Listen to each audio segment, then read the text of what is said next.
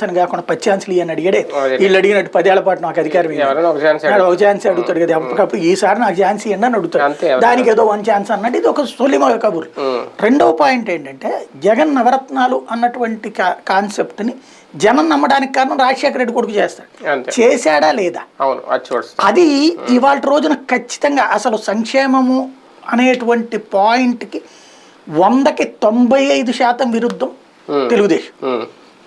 దాని సంక్షేమం అంటే ఎట్లా ఉంటుంది అంటే రైతు వచ్చి నువ్వు అక్కడ అమ్ముకో, అట్లాగే అప్పుడప్పుడు ఒక దాన్ని ఏమంటారు, నేను ముష్టి అనను కానీ ఓ చిన్న బహుమతి లాగా ఇంటికి వస్తే పళ్ళు తెచ్చి ఇచ్చినటువంటి తరహాలో సంక్రాంతికి కానుక అట్లాంటిది చేసుకొచ్చారు తప్పించి సంపూర్ణ రుణమాఫీ చేసి ఉంటే ఖచ్చితంగా ఉండేది. అది రెండు చేయలేక రుణమాఫీ ఇతను చేశాడు కదా, ఫ్రమ్ ద డే 1 చేశాడు కదా.